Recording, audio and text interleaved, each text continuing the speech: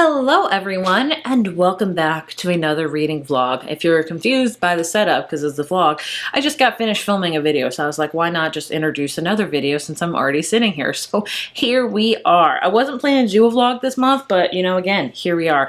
I have some reading plans that may come through, may not. We're just gonna see. So basically, there are some books I want to read, obviously while I'm filming this video. I have 3 that I would really like to get to. I don't know if I'll get to all 3 of them, but I would like to hope. They're all different genres, so just bear with me. First up, we have one that I just took the jacket off because I'm just starting it. Is The Last One at the Wedding by Jason Recollect, which is like the only thriller I'm reading this month, which is interesting. I've read one other book by him before. Whether or not that's the only book he's published, I don't know. But this is a thriller about a dad that attends his strange daughter's wedding at this island, and they're all wealthy, and he's like, this is weird. So I'm hoping to like it. One I just got in the mail yesterday that I saw, was interested in. I don't know if I'll like it. A Dark and Secret Magic by Wallace Kinley. This cover is freaking stunning. Like, I love it. Whether or not it's got a great dust jacket, it doesn't. It's a fail. But basically, all I know about this one, it's a warm, spellbinding tale about a witch and the secrets her coven has been keeping from her, with echoes of the classic Hades and Persephone story in the tradition of practical magic and Witch of the Wild Thing. So we'll have to see how I feel about this. I don't know. And the other one I for sure should probably be reading is Somewhere Beyond the Sea by T.J. Klune, the sequel to The House in the Cerulean Sea. I'm sure you've heard about it. Everyone and their mother has read it. I loved it. I have not read this because I'm so nervous, but either way, I'm very excited. Oh, look at that. It's got something on the dust jacket, and it's got yellow pages. How cute. So that's my reading plans for the next couple weeks. Hopefully I'll get through them. I will say, as of right now, I'm about 75% of the way into Catch and Keep by Aaron Hahn. I'm planning to finish this here very, very soon. So I won't be talking about it, but I just want to be 100% honest with you. And I'm really liking this. If you want a good fall romance, I would recommend this because, again, the cover, super freaking cute. That's my update for now. Do I have anything extravagant planned? No, do I ever? It's just a typical week in my boring yet very chaotic stay-at-home mom life with 2 kids, one being special needs. And yeah, the weather's really nice today. It's only like high 65 and I am freaking here for that. So yeah, I'll update you as always when I have something to update you with. Literally me a couple hours later. I have nothing new to update. I'm literally on page 15. Woo, watch out, world. But I did want to share with you that this thriller, weirdly enough, has a map in it, which I feel like is never seen in thrillers. I'm always a fan of books that have maps in it. Well, fantasy books have a lot of maps in them, and I just always... But anyway, a thriller having a map in it. I'm guessing it's at the island. It says, Welcome to Osprey Cove. And what I liked about it, which I want to tell you, that the legend are all, like, mostly birds. And as an avid birder, that's right, I love birding. I literally... My husband got me 2 things for my birthday. A behind-the-scenes meeting with a sloth. That's right, I met a sloth, which is one of my favorite animals. And also some birding binoculars. So, man, I'm just really coming into my old age there. But either way, I love birds. So, the legend, like, 1 is kingfisher. Never seen one. 2 is a loon. Haven't seen one of those, I don't think. 3 is a woodpecker. I have lots of downy woodpeckers around me, and a lot of red belly ones. Puffin, I would love to see a puffin in real life. Oh my gosh. Cardinal, oh my gosh. Cardinal City up in my place. 6 is grackle, which I feel like nobody ever talks about grackle. Like, they're gone right now, but in the spring and early summer, they are heavy in my yard. Like, you know how many freaking adolescent grackles have fallen out of my 7 pine trees I have in my backyard? They're still alive and everything, but I have to scoop them up and, like, put them somewhere secure so my kids and my dog don't mess with them. So I was like, yeah, for the grackle love. Okay, hold on. Then we have crane, which I see a lot in the water. Hummingbird, which is a beautiful, beautiful bird. Nuthatch, which I have a lot of brown nuthatches up in my pine trees. I rarely see them. I hear them all the time. They sound literally, I'm not kidding, like a dog's squeaky toy. Like, at first I was like, the dog is really playing the squeaky toy a lot. Then my Merlin bird app identified it as a nuthatch. And I was like, oh, the more you know. Then we have ibis, which I don't think I've seen. A warbler, which my app has heard, I have not seen. Blackbird, which is common. Falcon, which I have not seen. Bald eagle. And then after that, it's just boathouse, game room, first aid staff. So I don't know if this is like a resort where they're staying. I'm not quite sure. But either way, It's like a detailed, like, kind of camp area, if you can see. I just want to share that I love that they made the legend all birds, because us birders really enjoy that. So I'm about as lame as it gets. And you know what? I'm okay with that. People love me for who I am. My friends and my husband love me for who the lamenessness I get. And that's fine with me. So yeah, I'll update you tomorrow when I get more than 15 pages in, obviously. Nothing's really happened yet.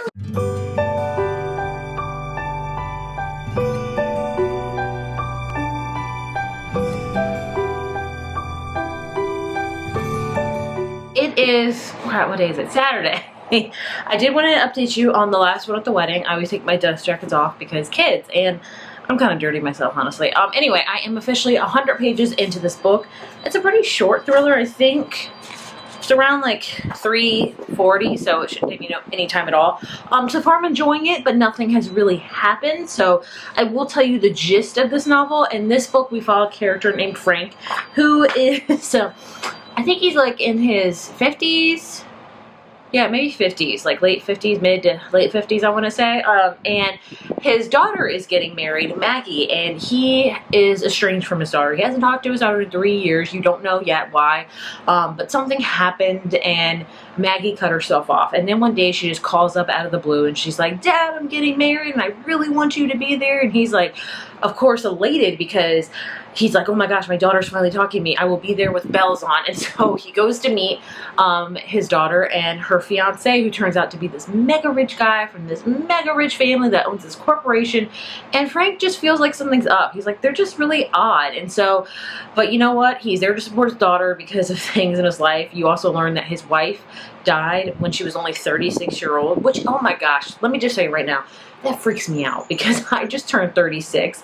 So I was reading that, and it's like, oh, she turned 36, then she had a brain aneurysm, and she just died. And I was like, I'm 36, and then even more, he was like, Maggie was only 10 at the time. And I'm like, oh my gosh, my son literally just turned 10. And I'm like, this is weird. I hope nothing happens either way. It was freaky. But anyway, so he just wants to support his daughter. So basically the place, where they're getting married at, is where that map I showed you, Osprey Cove. It's like a camp that the family owns, and it's really rich, really lavish. And when he gets there, he drives there, and he has to sign like this literal 54-page like privacy agreement. And he's trying to read it over, as anyone should, I think, because if I have to go to my daughter's wedding and I have to sign a privacy agreement, I would be like, no. And but people pressure him, and his daughter's like, just sign it. Everyone signs it. It's not a big deal. And I know that's going to come into play later. I know. He's probably going to sign something over that he did not mean to sign. And you know what I'm saying? Someone's going to come up with that. But that's where I'm at in the book. He just got to the wedding week. So yeah, nothing crazy interesting. It is going very fast. Like, it's a very fast-paced read. The chapters are short. I'm enjoying the point of view. But yeah, I guess I'll update you when I'm a little bit further into it. Hopefully I'll read a little bit more tonight. We'll have to see. We went to a trick-or-treat autism thing this afternoon, which is really fun, but really short because my kids only take so much. And that's about my Saturday. I'm wearing a Beetlejuice shirt because 'tis the season, right? I mean, Michael Keats all day, baby. But yeah, I'll update you when I always have something to say. I'll update you, as I always say, when I have something else to talk about. I wanted to share with you one of my favorite recipes. It's zubo Toscano soup, and it is amazing. So first you need to fry up some bacon and then some sausage, and then you take a whole bunch of chicken broth and water, put that in a stock pot to boil, and then you get to work on your potatoes. You peel a lot, like 4 potatoes. It's a lot. I hate peeling potatoes, but you peel like 4 russet potatoes, and you put them into the broth, and you let them cook for a little bit. And then after that, you want to cut up your kale. This is probably the only thing that's really healthy about this. And then you want to let that simmer for a little bit. And then after that, you add in your bacon, your sausage, heavy cream. That's really important. And then some Parmesan cheese. And let me tell you right now, this is the best soup you're ever going to have. It's my husband's favorite soup of all time. He asks for this weekly. It does take a little bit to make, but once you get into the habit of making it, it goes by easy. Pair this with some like toasted French bread, and trust me, this will be your favorite fall winter soup of all time. Monday, October 14th, I am here to update you. So yesterday, I actually finished The Last One at the Wedding by Jason Rekulak. I think it took me like 2 days to read this, which I'm very proud of myself, but it was a short thriller, and it was an okay thriller. It wasn't one of my favorites, nor did I detest it. I would say it's kind of right there in the middle for me. So I told you this book is about a guy named Frank who goes to his estranged daughter's wedding on this island, and he's noticing things are just very odd and weird, and there's maybe some secrets that the groom's family is hiding, and he's like, should my daughter marry him? You know, he's just trying to protect his daughter. As the story goes on, you get to unravel things, murders happen. It wasn't, I would call this more of a mystery than a thriller. It wasn't anything really spooky or super thrilling. It was more of a mystery of who is this family that his daughter is marrying into, and are they as good as everyone else is saying they are, because they're rich and lavish and things like that. I would give it like a 3.5 out of 5. It was okay. It was a good thriller, a good like palate cleanser. It wasn't anything amazing. I will say I really enjoyed the cover, and I also really enjoyed the dust jacket a lot. This will look great on my shelf, which is so like petty and stuff, but it is what it is. I give it a 3.5 out of 5. I don't think this is going to blow up or anything, but I'm glad I read it. So I'm moving on now to my next book, which I took the dust jacket off, sorry, and that is A Dark and Secret Magic by Wallace Kinley. And what I really enjoy about this book is the very beginning. It says... It has an author's note, which I always love. It says, A Dark and Secret Magic is a celebration of the autumnal season and an homage to all the traditions and media surrounding American Halloween. At its heart, it's meant to be a cozy escape into a world that is a little bit more magical than our own. However, some darker elements are discussed within the story, so I've included content warnings for readers who would like to be aware of them. I will also keep an updated list of warnings on my website should others be brought to my attention in the future. So the content warnings in this book are death of a parent / grief, bloodletting, non-consensual kissing by a villain, and body horror. So I always love when an author tells you a little bit about the book, like maybe what to expect, and also trigger warnings. I think that's a really important thing, because I have different triggers, other people have different triggers. I don't like to read a lot about like cancer and things like that, because that's very personal to my own self. It's very personal to myself, so I like to know in advance if a book is going to be about that, so I can prepare myself or maybe not read it. So I really enjoyed that she did that. I also really enjoyed that I was hoping this book was going to be kind of a cozy fantasy, and it sounds like it is, so I'm very excited about it. This is also, ooh, I'm just now noticing, and I feel bad about this. So this is only like less than 300 pages, but at the very end it says excerpts from Hecate's Goodwill's Herbal, and it has teas in it, which I'm not a tea person, but there's like teas for insomnia, throat soother, chill out chili. All right, some recipes. Aunt Sophie's cinnamon cookies. Shall I bake? Ban banana bread. Stovetop simmer. Oh, I've been actually thinking about doing an autumnal simmer. So cozy salted caramel hot chocolate. Pass out pie. It says, need to fall asleep quickly. This blood orange pie tastes just like dreamsicle, and the whipped cream is chock full of chamomile. Eat half the pie tin and you're sure to be snoring in no time. Careful caramel apples. And that's it. I'm really excited I found that. This sounds like a book that's 100% on my alley. I don't know anything about it. Another great recipe is Mississippi pot roast. So you just get a roast, get this garlic and herb butter, ranch seasoning. You pour that on top of the roast, obviously on top of the butter too. And then you get this onion packet that's kind of the same thing, like an onion soup mix, and then you add some peppercini peppers, like 8 or 9 of them, and there you go. It is like the easiest roast in the world to do. I also pair this with my homemade mashed potatoes that I love to do, where it's just russet potatoes, let them boil for a while, add some butter, cream cheese, milk, and seasoned salt, and it is a very filling and hearty meal. Every time I mention these meals, I will say, like, they look big meals, but these meals I cook, they last for a couple to 3 days in my house. So when I make these big meals, they are leftovers for dinner the next day and probably the next day after that. So that's why I like doing them in the fall. They're just easy, big meals that you don't have to cook the next couple days.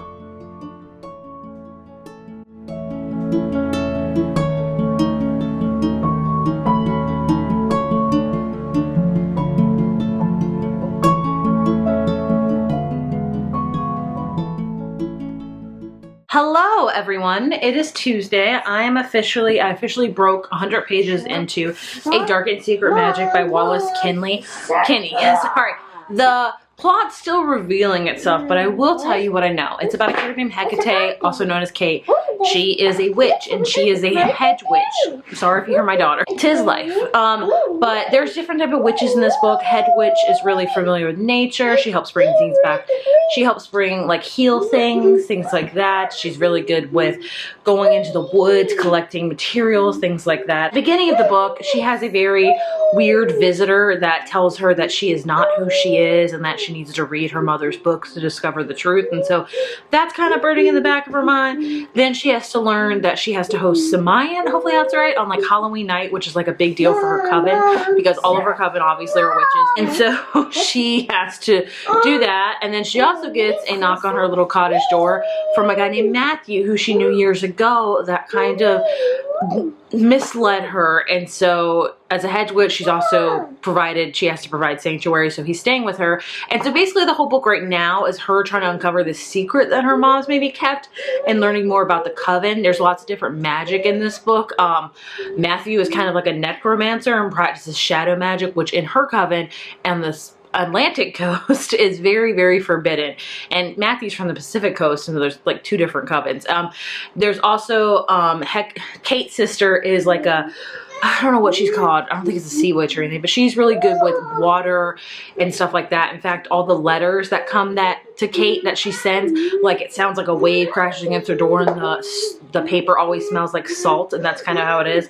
There's also a girl in there that's like got book magic that she can like remember things. It's very interesting. Now, I will say, the plot's not heavy, meaning like there's not a lot of it. This is really, I would say, a character-driven, quiet kind of story. So if you're in the mood for that, this would be great. If not, I would understand.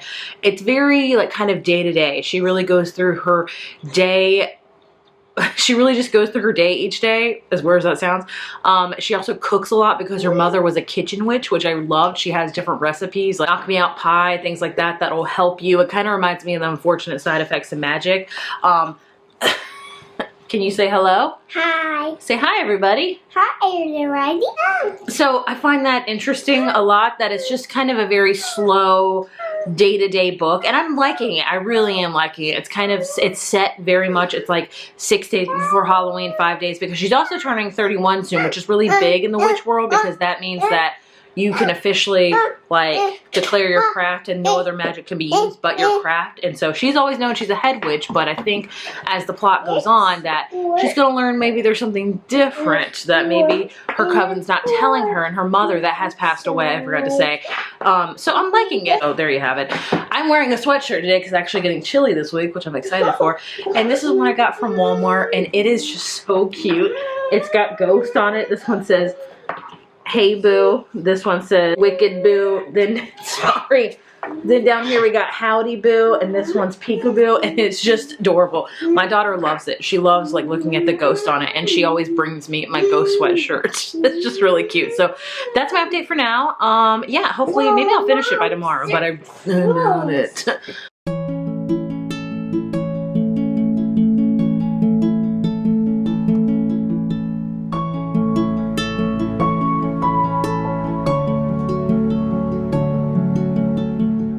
Hello.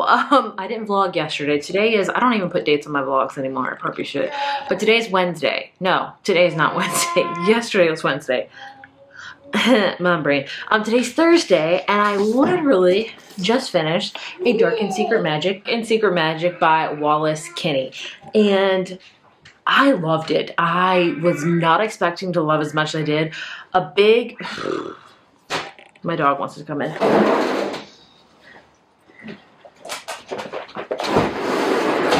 I was not expecting to love it as much as I did. I was expecting for a cozy, magical, cute time, and I ended up loving it. Like, I am really tempted to give this book a 5 out of 5 just because of pure enjoyment factor, and that just shows you how personal ratings are, okay? That's just how they are. But I loved it. I told you it's about a character named Hecate, known by Kate, who is a witch, and she's a hedge witch, which means that she kind of provides sanctuary. She's a lot with nature and things like that. She can heal things, you know, and she's about to turn 31, and she discovers some really dark secrets about her mom that has passed away 4 months ago, that maybe her mom was hiding a secret from Kate. from her head witchness that she maybe didn't teach her all of the things that she should have known. And also comes in Matthew, who is a necromancer, and she has a past with him, and he comes and they start maybe a relationship again, and it kind of goes from there. She has a coven, and you get to learn about different witches. There's like a book witch, which she's really good with reading and stuff like that. There's her mom was a kitchen witch, which there's recipes in the back of this, which I showed you, which are just amazing. Like, I think I love this because of the cozy vibes. Like, the plot is really not 100%, but crap, I enjoyed it. Like, at the end, the whole coven came together to kind of help Kate protect her, and it reminded me of that scene in Practical Magic when they called like all the phone trees to bring their brooms and stuff. It was just very reminiscent of that, and I just love learning about the different magics in this one, and the coziness factor. Kate loved to cook, and she loved to be in her cottage. They make caramel apples for little trick-or-treaters every year, and they put a little bit of magic in them just for like protection. Maybe think about looking like past the street. I don't know how to explain it. I just loved it. It's very much a day-to-day book. Like, it's like 5 days till Halloween, 4 days till Halloween, until you get this big event with kind of the king below, you know, the veil and all that kind of stuff. And I'm butchering with explaining it, but if you just want a cozy autumnal witchy read with a great romance. I love the romance between Hecate and Matthew. Like, I loved it. I gave it 5 out of 5. Look, a lot of people probably won't agree with me, but I just loved it. I loved every aspect of it. Like, I think it took me so long to read it because I was having such a good time with it, and I didn't quite want it to end, so I was just kind of savoring it. The end does get a little bit much. Like, I feel like sometimes with books you could enjoy, and then the big kind of plot point comes, the big confrontation, the big fight, and it's all like really muddled together, just really, really fast. This book has that problem, I will say. But I still loved it. I just really did. And the cover, again, like, this is a stunning cover. I loved it. I was not expecting. That just goes to show you.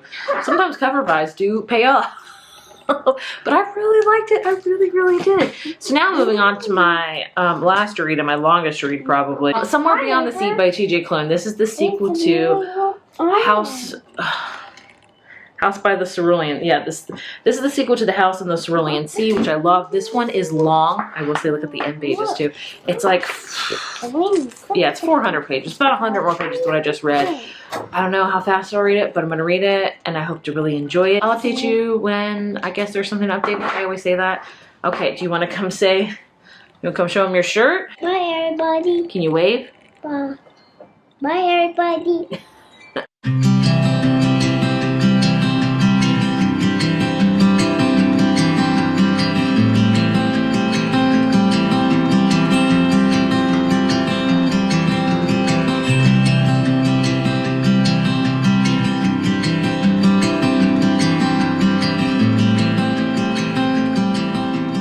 Hello from the world's worst vlogger. I haven't really been reading the past few days, and that's why I haven't vlogged the past few days. You know, sometimes it just happens. My son's been having some particularly hard days lately. My daughter hasn't been sleeping. We all haven't been sleeping, so it's just been bleh. But I did want to give you a brief update on Somewhere Beyond the Sea by T.J. Klune. I'm officially 100 pages into it, so I think I'm like halfway through, because this book is like literally 400 pages. So my goal today is to get to 200 pages, and then I'll get halfway through, and then tomorrow hopefully I can read 100 pages. So my goal, today is Sunday, my goal is to finish this by Tuesday at the latest. I am enjoying it so far. I don't want to tell you too much about it because I think that would kind of take away from the first book. So I will generally say I am liking it, not as much as the first one. I think the first one is going to be just more magical and special to me because it's about discovering that. If you don't know what The House in the Cerulean Sea is about, it's about a character named Linus who he works in the Department of Magical Welfare of Children, because there's like, kind of think of like X-Men kids all around, and they're all in kind of orphanages and things like that. And his job is, he gets assigned to go to this place that's like literally on an island, and it's a peculiar house full of 6 kids, and he's just tasked with like making sure everything's going well. The department is very suspicious of the owner of the foster care home named Arthur, and so Linus goes, and he's never really been a fan of magical children, but he falls in love with all these kids, and then he also maybe falls in love with Arthur, you get it. So each one of these characters is just has different magical powers. We have Chauncey, who is a literal green blob, and his life's goal is to become a bellhop, the world's best bellhop, and he is so adorable. Then we have Fee, who is a like forest sprite, so she's really good with nature. She has wings, you get the whole thing. Then we have probably my favorite, Talia, who is a garden gnome. Hopefully I'm getting them right. I'm not getting Fee and her mixed up. And she's like got a beard. She loves gardening. She takes very good pride in her garden and her like gardening tools and things like that. Then we have Sal, who is like a 15-year-old boy that can also turn into a like a little Pomeranian, if I'm not mistaken, in times. And then we also have Theodore, who is a little tiny wyvern, and he is just so cute. He has like a little hoard of things he like takes from people, kind of like coins and buttons, and he has his own little hoard that he's very, very impressive with, and he only talks with like clicks and things like that. And then lastly, we have Lucy, who is the son of Lucifer. So, you know, they call him, you know, they kind of call him almost the Antichrist, but he's just a literal little kid that wants to do good. And it's just like, it sounds crazy, but it's just so wholesome and so adorable. And so this book, we kind of go on after dealing with the department and how they're kind of maybe not the best people and things like that. And that's where we're at so far. I do think there's going to be another kid that comes into the mix. There's going to be 7 of them now. And I'm pretty sure it's a guy named David who is a Yeti. So that should be interesting. So yeah, that's my update for now. Sorry I haven't been updating you. Like I said, some days are just better than others, and we've just had kind of a rough past couple days. But today was great. We went to church, we're home. Matt and I are going on our anniversary dinner tonight because we just celebrated being married for 16 years on Friday. That's right. That's right. I've been married for 16 years. It's insane. But either way, I'll update you later. I got a new bird feeder because I'm just going to become that young bird lady, so it is what it is. Also, my other one was beautiful, but it was plastic, so the squirrels chewed it. This one's metal, so good luck, squirrels. But either way, like, it's got a lot of stuff on it.